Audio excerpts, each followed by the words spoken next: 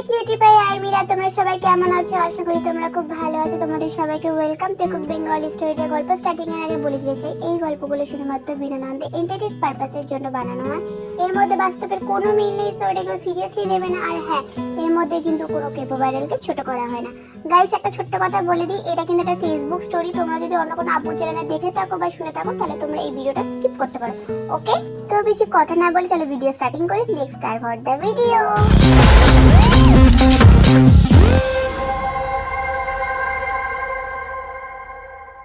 আজ গায়ে হলুদে মেয়েরা সকলেই শাড়ি পরবে। আমি কোনোদিনও শাড়ি পরিনি। কাকিমা আর মা আমাকে জোর করে শাড়ি পরিয়ে দিয়েছে। ঠিক মতন হাঁটতেও পারছি না শাড়ি পরে। খুলে ফেলতে চাইলাম, মা খুলতে দিল না। আয়নার সামনে বসে হালকা সাজতে শুরু করলাম, কারণ আমার বেশি সাজগোজ মানা। শুধু চোখে একটু কাজল দিলাম, ঠোঁটে হালকা গোলাপি রঙের লিপস্টিক দিলাম, আর কপালে একটা ছোট্ট টিপ। এতেই যেন আমাকে পুরো পরীদের মতো লাগছিল। উফ, আমি আজ নিজেই নিজের ওপর ক্রাশ খাচ্ছি। আমাকে সাজলে যে এত সুন্দর লাগে আগে জানতাম না। ইস, আর একটু সাজলে হতো, আরো বেশি সুন্দর লাগতো। ওই সাইকো হনুমানটার জন্য একটু বেশি করে সাজতেও পারছি না। কাকিমা দেখো তো আমাকে কেমন লাগছে। বাহ, আমাদের মেয়ে দেখি অনেক বড় হয়ে গেছে। আমার মেয়েটাকে খুব সুন্দর লাগছে। আমার মেয়ে শাড়ি পরলে যে এত সুন্দর লাগে আগে জানতাম না তো। সকলের সাথে কথা বলে স্টেজের সামনে চলে আসলাম। সকলেই শাড়ি পরেছে, আর ছেলেরা পরেছে কাঁচা হলুদের পাঞ্জাবি। দেখতে দেখতে হঠাৎ জাঙ্কুক ভাইয়ের দিকে চোখ পড়লো। কাঁচা হলুদের পাঞ্জাবির সাথে কালো জিন্স পরেছে, হাতে ঘড়ি, খুবই সুন্দর লাগছে দেখতে। গায়ে হলুদ শুরু হয়ে গেছে। সকলে একে একে আব্বুকে গায়ে হলুদ দিয়ে দিল। এবার ছোটদের পালা। আমিও স্টেজে গিয়ে আব্বুকে হলুদ দিয়ে নিচে আসতে কুচির সাথে পা লেগে পড়ে যাচ্ছিলাম। হঠাৎ একটা ছেলে এসে আমাকে ধরে ফেললো। তাকে ধন্যবাদ জানিয়ে ওখান থেকে চলে আসলাম। তাতে বড়রা সকলে একসাথে থাকবে আর ছোটরা একসাথে থাকবে। সকলেই খুব মজা করছে, আমিও সকলের সাথে তাল দিচ্ছি। রাতে আমরা সকলে একসাথে ঘুমিয়েছি। মাঝরাতে মনে হলো কেউ আমাকে কোলে নিয়ে কোথাও নিয়ে যাচ্ছে। হাত নাড়ানোর চেষ্টা করতেই বুঝতে পারলাম হাত বাঁধা, সাথে চোখও বেঁধে ফেলেছে। ভয় চিৎকার করতে যাব, তখনই তার ঠোঁট দিয়ে আমার ঠোঁটটা দখল করে নিল। বাড়িতেও কেউ আমার রুমে এসে আমার সাথে এরকম করলো, আবার এখানেও। কে এই মানুষটা, আর আমার সাথে কেনই বা এরকম করছে? দম বন্ধ হয়ে আসছে আমার। হঠাৎ আমার ঠোঁটটা ছেড়ে দিয়ে কোণে একটা কাপড় দিয়ে মুখটা বেঁধে দিল। কোথাও একটা দাঁড়িয়ে আছি আমি, আর খুব ভালোভাবে বুঝতে পারছি শয়তানটা আমার সামনেই দাঁড়িয়ে আছে। তার হাত দিয়ে আমার গালে এইদিক সেদিক আঁকাআঁকি করতে শুরু করলো। আমি কিছু করতে পারছি না।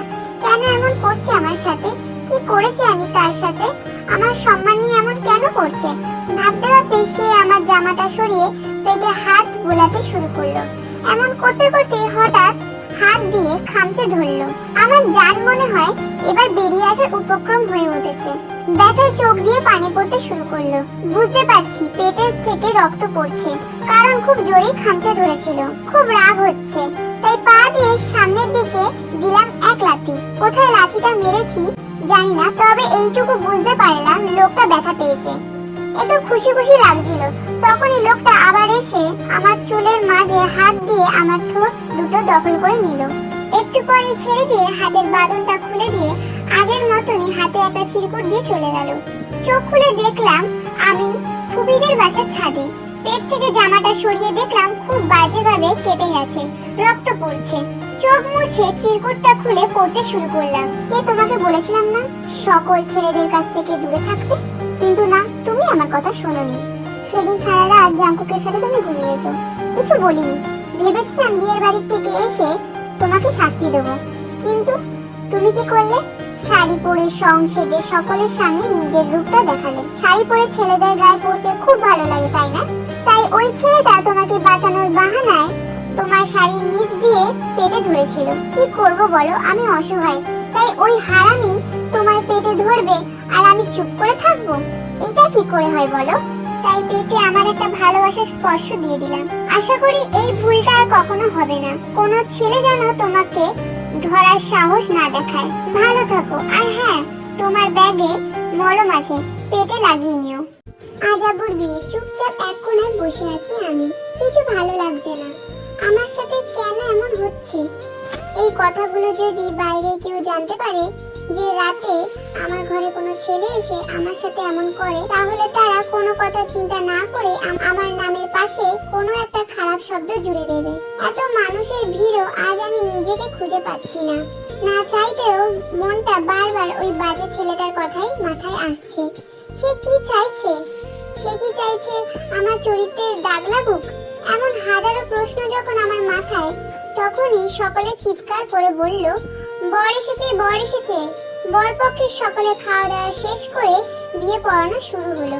বিয়ে পড়ানো দেখে ঘরে চলে যাচ্ছিলাম, কোথা থেকে একটা ছেলে এসে আমার হাত ধরে বলতে শুরু করলো, হাই, আমি কাই, তোমাকে না দেখতে খুব সুন্দর। এইভাবে মৌমাছিদের মতন ঘুরে বেড়াচ্ছ কেন? সকলে তো মধু চাইবে। এমনি তো মেজাজটা ঠিক নেই। এর কথায় আরো খারাপ হয়ে গেল। তাই কোনো কিছু চিন্তা না করেই তার গালে কষি একটা থাপ্পড় মারলাম। পুরো বিয়ের বাড়ির লোক আমাদের দিকে তাকিয়ে আছে। মা, কাকিমা, বাবা সকলে এসে জিজ্ঞাসা করলো কি হয়েছে। জাঙ্কুক ভাইয়া হাত দুটো মুঠো করে এক সাইডে দাঁড়িয়ে আছে। আমি বাবাকে কিছু বলতে যাব, তার আগেই ছেলেটা আবারও সকলের সামনে আমার হাত ধরে বলতে শুরু করলো, এই মেয়ে, তুই জানিস না তুই কত বড় ভুল করেছিস। আমি কে তুই জানিস? একটু আগে ভাবছিলাম তোকে বিয়ে করব, কিন্তু না, তোকে তো শুধু এক রাতের জন্য ব্যবহার করব আমি। আর কিছু বলতে পারলো না, তার আগেই জাঙ্কুক ভাইয়া তাকে মারতে শুরু করলো। ছেলেটাকে মারার সময় অনেকে জাঙ্কুক ভাইয়াকে মারতে আসলো। জাঙ্কুক ভাইয়া সকলকে খুব মারলো। বাবা, কাকা, ফুপা কেউ ভাইয়াকে থামাতে পারছে না।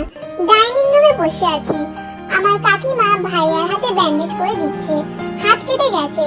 যে ছেলেটাকে ভাইয়া মেরেছে সে নাকি এই এলাকারই এমপির ছেলে। তাকে কেউ কিছু বলতে পারে না। ছেলেটা ঢাকাতেই থাকে, লকডাউনের কারণে গ্রামে আসছে। সকলে মিলে বসে ঠিক করলো আজ রাতেই জাঙ্কুক ভাইয়া ঢাকাতে চলে যাবে, আর বাকি সকলেই বৌভাতের পর যাবে। সকলের মাঝেই জাঙ্কুক ভাইয়া দাঁড়িয়ে আমার দিকে তাকিয়ে বলল, তে ঘরে যা, লাগেজ গোছা, তুইও আমার সাথে বাড়ি ফিরবি বলেই চলে গেল।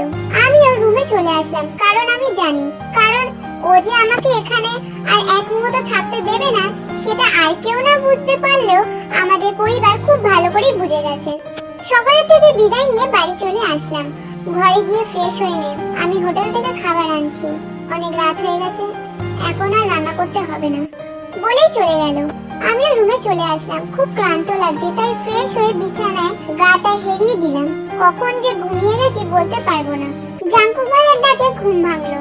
ওঠ, উঠে খেয়ে নে বলেই চলে যাচ্ছিল।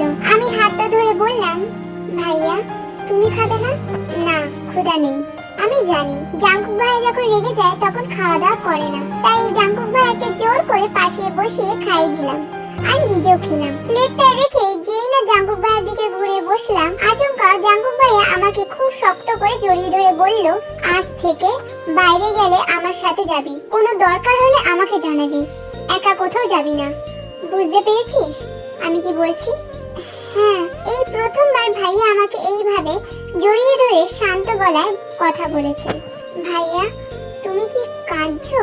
কথাটা বলতেই আমাকে ছেড়ে দিয়ে উল্টো দিক দিয়ে হাঁটতে শুরু করলো।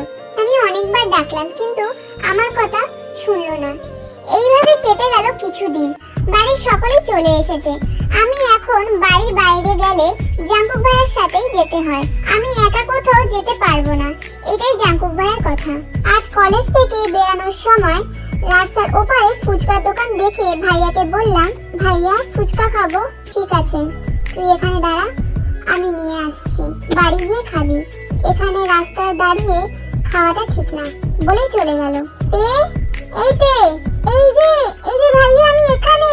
দাদা বলছি এখানে একটা আমি দাঁড়িয়েছিল, দেখেছেন কালো বোরখা পরে? হ্যাঁ, একটু আগে কয়েকটা লোক কালো মুখোশ পরে মেয়েটাকে মুখ বেঁধে একটা কালো গাড়ি করে ওই দিকে নিয়ে গেছে। লোকটার কথা শুনে দু কদম পিছিয়ে গেল ভাইয়া, খুব জোরে চিৎকার করে বলল, সো আর্মিস কেমন আছো?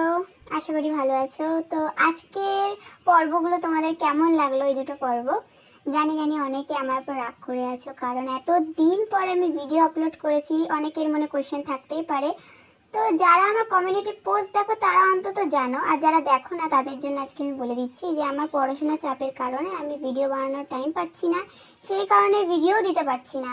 তাই আজকে একটু ফাঁকা টাইম পেয়েছি বলে আজকে বসে বসে ভিডিও এডিটিং করে ভয়েস করে আজকে আমি এইটুখানি আপলোড করলাম। তো পরের স্টোরিটা মানে নেক্সট পার্টগুলো খুব তাড়াতাড়ি আসবে, আর ওয়ান শট স্টোরি আমি দেবো, খুব তাড়াতাড়ি ওয়ান শট স্টোরি দেবো, তোমরা কেউ মন খারাপ করো না।